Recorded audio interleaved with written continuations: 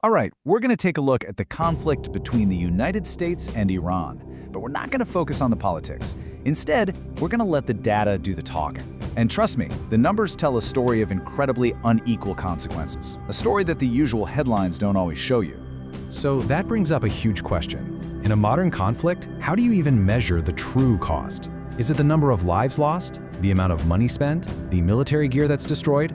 Well, yeah, it's all of those things. But as we're about to see, the weight of those costs is definitely not shared equally.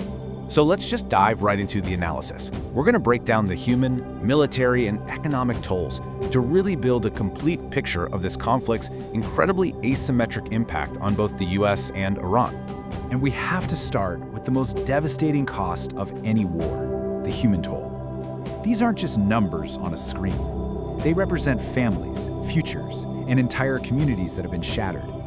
Okay, so the analysis reports a truly staggering figure for Iran, over 2,000 lives lost. Before we even look at the other side of this, just let that number sink in for a second. Now for the United States. The analysis reports approximately 14 soldier deaths. The contrast between these two numbers, well, it's profound, and it immediately starts to paint that picture of a deeply disparate impact. And when you see these numbers side by side on a chart like this, wow, the visual difference is just undeniable. It speaks volumes about the unequal nature of this conflict without needing any other words. And the pain just radiates from there. I mean, beyond the death toll, the impact on civilians in Iran is absolutely devastating.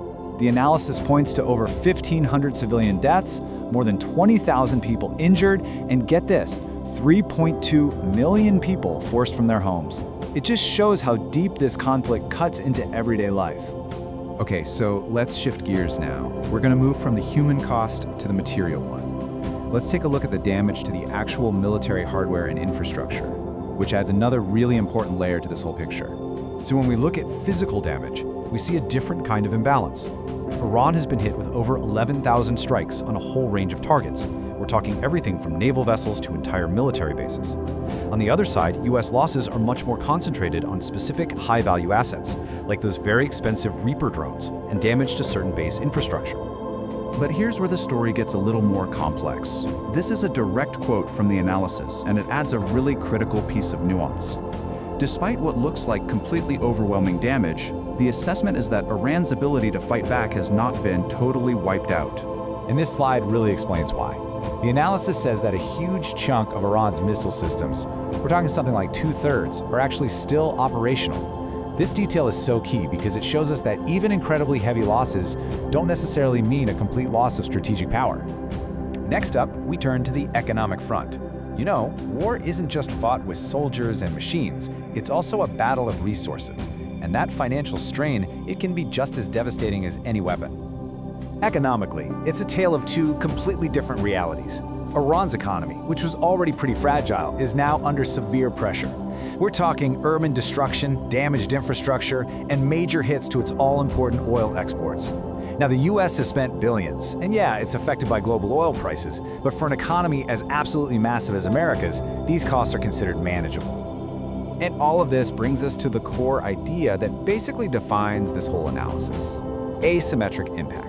It's a fancy term, but all it really means is that the consequences of a conflict hit one side way harder than the other, simply because of huge differences in resources, scale, and economic strength. It explains everything we've just seen. So let's bring it all together. We've looked at the human, the military, and the economic data. Now let's put it all together for a final summary of the conflict's comparative costs. This table really just lays it all out in one clear view. Across every single category, human, military, and economic, the impact on Iran is rated as significantly higher than on the United States.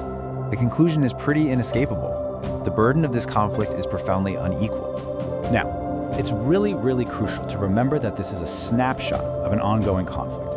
The data can change, and we have to remember that information itself can be used as a tool of war. So this analysis is based on the best information we have available, but it is not the final word. And all of this leaves us with one final big question. When the scales of loss are this lopsided, what does it even mean to win? It's a question that goes way beyond the data, and it's definitely one worth thinking about.